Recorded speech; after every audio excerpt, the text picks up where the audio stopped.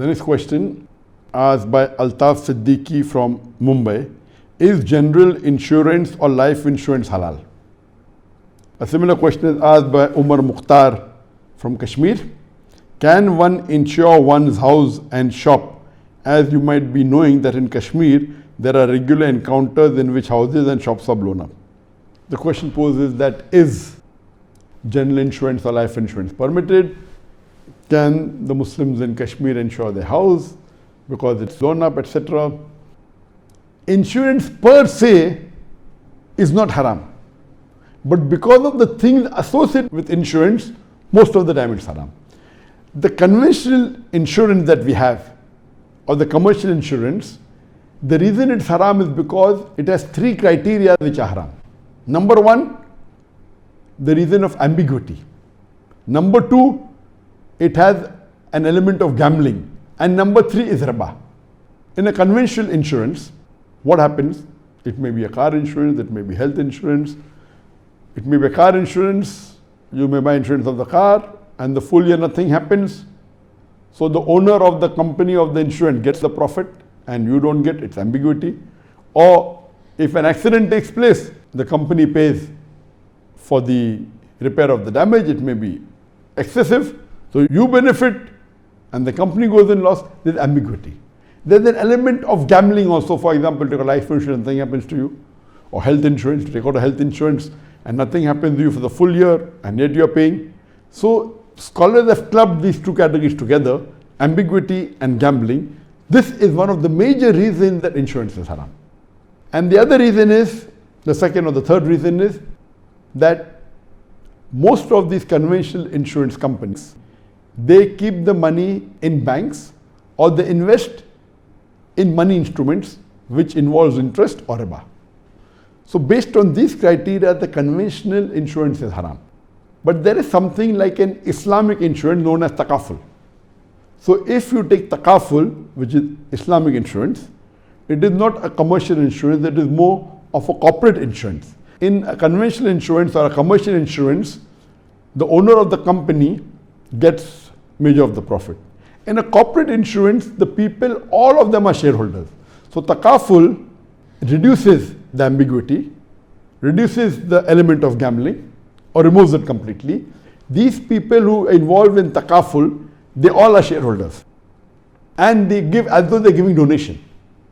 And they give donation and whoever requires it gets the benefit. Based on the hadith that once during wartime when there was scarcity of food, so the Sahabas collect the food from all the people and they distribute it equally. That means all of them give the food and then they collect what it is and they distribute equally. So this is permitted. So in takaful what happens? All of the members are shareholders.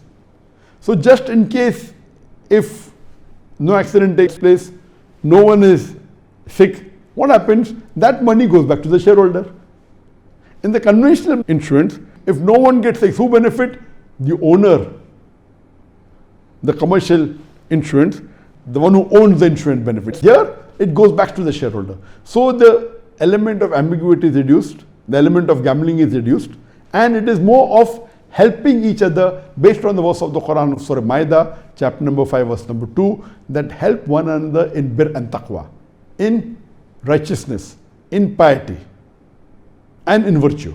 So based on this verse of the Quran, the takaful is formed. They see to it that the Islamic Sharia is followed and all the haram is not there. And if the takaful invests, they see to it that they don't invest in a riba-based investment.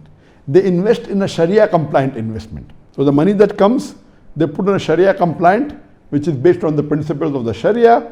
It does not involve riba, it does not involve interest. So if you take an insurance that is takaful insurance, based on the Islamic principles, it's permitted, but the normal conventional insurance or the commercial insurance, it is haram, it is prohibited, you should not involve, whether it's in Kashmir, whether any part of the world, whether a bomb is going to break your house or not, it is not allowed, you should not do it, unless someone is forcing you. Like in some countries, taking out insurance of the car is compulsory, like in India, and there's no takaful.